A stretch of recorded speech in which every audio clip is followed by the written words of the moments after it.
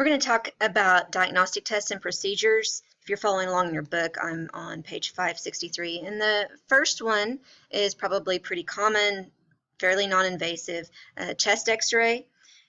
I will tell you that nurses do not have to be great at interpreting chest x-rays. There's other people who that is their specialty. So for nursing, when we talk about these diagnostic tests and procedures, what nursing's job is to prep the patient for the procedure and take care of the patient after the procedure. Occasionally on some of these procedures we'll assist with the procedure itself, but for things like x-rays, the nurse's job, again, is to get the client prepared, make sure that their paperwork is filled out. Some things take a consent, others don't. Chest x-rays, being non-invasive, don't require a consent. But we'll talk a little bit, we'll briefly touch on what we're seeing here. So I would guess this is probably some pneumonia. In a chest x-ray, the bone appears white because it's dense and does not absorb much of the energy. And the lungs here appear black because they're filled with air and they absorb the chest x-ray energy. So I'm guessing that this little place right here where the lungs are not black, what might be some type of what they call an infiltrator or possibly pneumonia. But again, that's not really part of nursing. We don't read and interpret x-rays. We prep the patient for the x-ray and take care of them afterwards.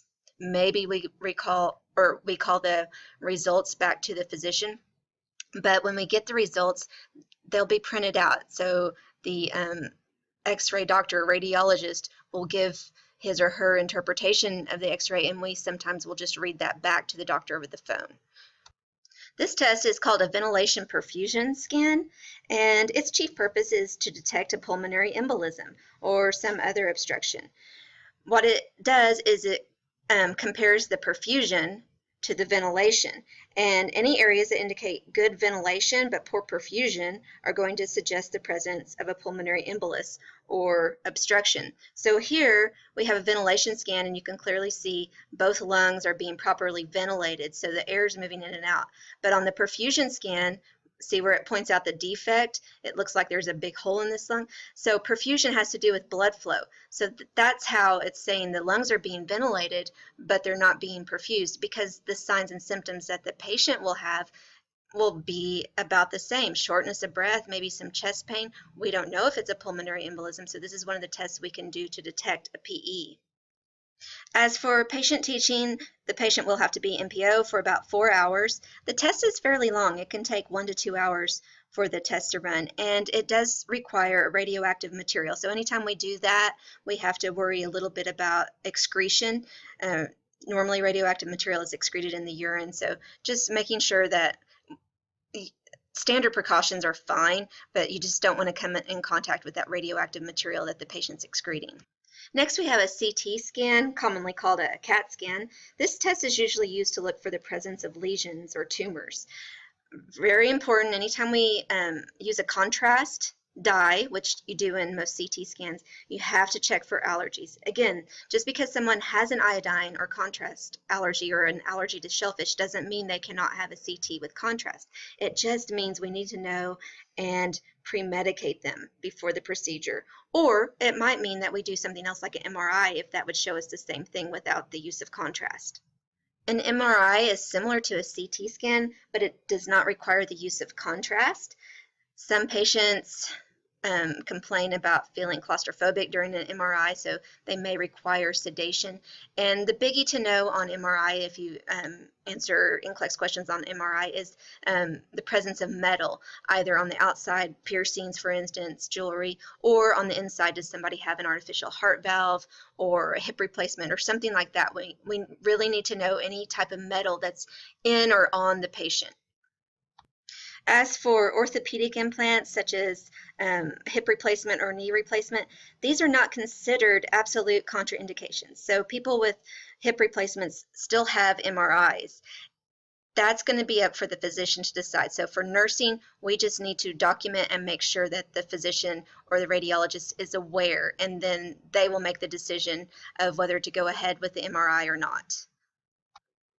This is a PET scan, positron emission tomography, And it's kind of pretty looking, but people who have to have a PET scan do not consider it to be pretty, because usually these are done to see where there's cancer, or when someone's been in remission for cancer, to see if it's come back. So patients are very nervous about having a PET scan because they fear what the results will be. So it distinguishes malignant from benign cells and evaluates the effectiveness of cancer treatment. The way it works is that cancerous tissues use more glucose than normal tissue, because the definition of cancer is fast growing, out of control growth of cells. So it makes sense that they eat more, and they will accumulate more of the substance, and it will appear brighter than normal on the tissue. And so you can see, we call it hot spots, or it lights up. And so when the doctor is talking to the patient, they'll talk about, we found some hot spots, or we're looking for hot spots. The only thing nursing has to do is ensure the patient is not eaten. They're NPO for 4 hours, so kind of like a CT scan, because again, we're going to use contrast medium. We somehow they hook the contrast medium to glucose, and so when the cells gobble up the glucose, it lights up. Another thing that your book doesn't really bring out, but I just know this from working on oncology, is that don't underestimate the anxiety that this test can cause the patient. When someone's been in remission from cancer, they consider themselves a survivor, and they've been in remission for 10 years, and the thought that they're going to have to go through all of that again is terrible. And so there's a lot of anxiety associated with this particular test.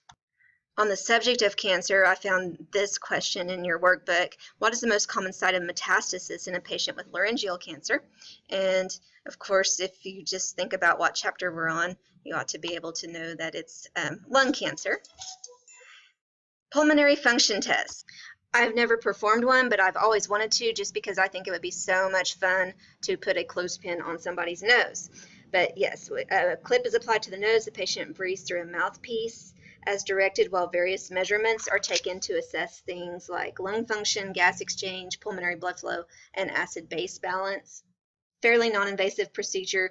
The patients are asked not to smoke or eat a heavy meal for 4 to 6 hours before the test. And that's about it. Spirometry is similar. It's often done in a doctor's office. I know my son, who is treated for asthma, every 6 months he goes in to see his asthma doctor, and he does this. And I don't know if it's true for adults, but for children, they'll have a birthday cake, and one of the tasks he does is to see how many candles he can blow out. Spirometry is used to measure something called the FVC, which is forced vital capacity. That's the total volume of air exhaled rapidly and forcefully after minimal inhalation. And then the FEV, which is forced expiratory volume, the volume of air expired during specified time intervals. So that's why with the child, it'll have a little birthday cake on the computer screen to give him some feedback. Prep for this is similar to the pulmonary function test. Don't smoke or use the bronchodilator medications for 4 to 6 hours prior to testing. Next, we'll get into some more invasive procedures. Up till now, the ones we've talked about maybe have an IV start, but that's about as invasive as it gets. Fiber optic bronchoscopy is an invasive procedure, and anytime we have an invasive procedure, they're going to require a consent. This procedure will be done in a minor procedure suite, so it's similar to a surgery, although it's considered a minor procedure like a scope. It requires conscious sedation, so the patient is really not awake during it. The patient will be NPO, usually midnight, the night before in preparation for it. Actually, it's 6 to 8 hours, but usually they're told NPO after midnight. They're not to smoke either. Afterwards, the care is that we'll put them in the semi-Fowler's position, and we will monitor them closely. They cannot have anything by mouth until their gag reflex returns, and the way we check that is we use a little tongue depressor, poke the back of their throat, and if they go, ugh, then they have a gag reflex. If not, they don't, and we just wait. It takes varying amount of time, 1 hour, 2 hours, just depends on the patient. When their gag reflex returns, then we can start them on ice chips and progress their diet. Also, we're going to monitor them for things that might have happened. Stridor is a type of respiratory pattern that sounds like this. That's really bad. Anytime you hear stridor, that's a medical emergency. That means their airway is closing off. Also, we're going to watch for asymmetric chest movement and diminished lung sounds on one side, which indicates that we might have a collapsed lung on one side or the other. So make sure that right sounds like left, that they're moving equally, and report any deviation from normal, either to the physician or to the charge nurse. Next, I have a thoracentesis. This is also considered invasive, so it does require consent, but it doesn't necessarily need to be done in a minor procedure suite, although it might be. But these are sometimes done at the bedside, so on a med-surg floor. Instead of being put to sleep, the patient will remain awake and just local anesthetic will be used, so they'll get a whole bunch of those numbing shots. The best way to position a patient for a thoracentesis is to have them sit up and lean over the bedside table like this patient is doing. But some of your patients aren't capable of that, and so if they're not capable of that, we can have them lie on the unaffected side. So if they're going to have a thoracentesis on the left lung, they could lie on their right side, and we elevate the head of the bed about 45 degrees, and that takes the place of sitting up and leaning over the bedside table. Afterwards, we're going to position the patient on the unaffected side, and we're going to monitor them. I have listed some of the complications here: air embolism, hemothorax, pneumothorax, hemorrhage.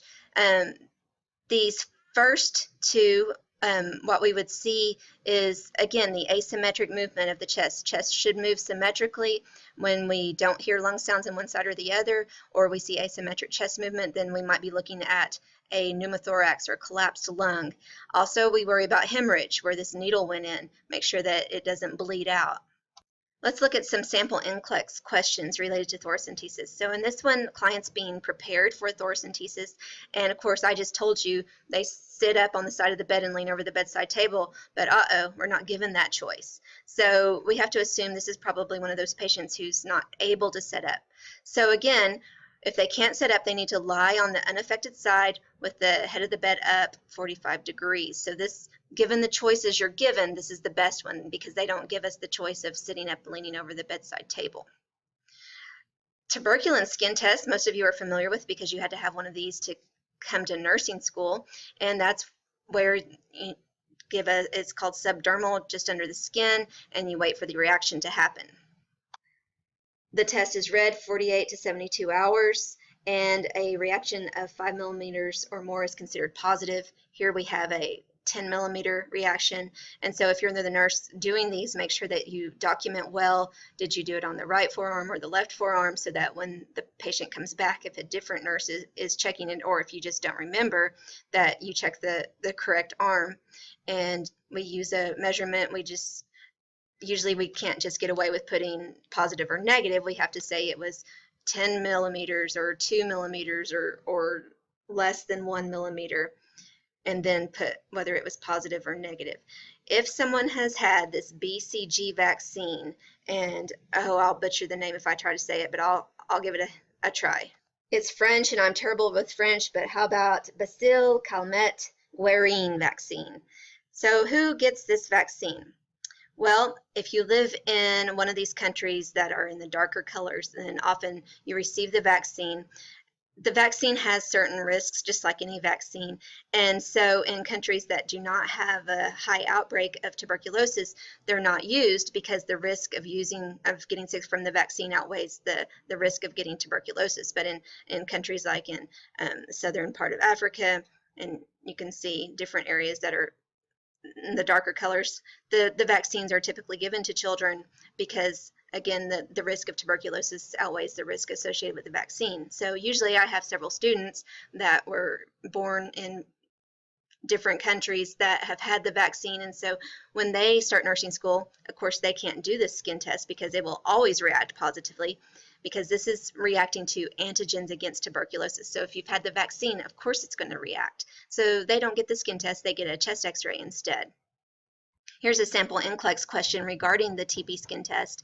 And the nurse knows the site has no induration and a 1 millimeter area of ecchymosis. Which interpretation should the nurse make? Well, this is negative. It's less than 5 millimeters. So if someone does react, how would we be able to tell whether or not they have tuberculosis? Because, again, the skin reaction just says they've been exposed.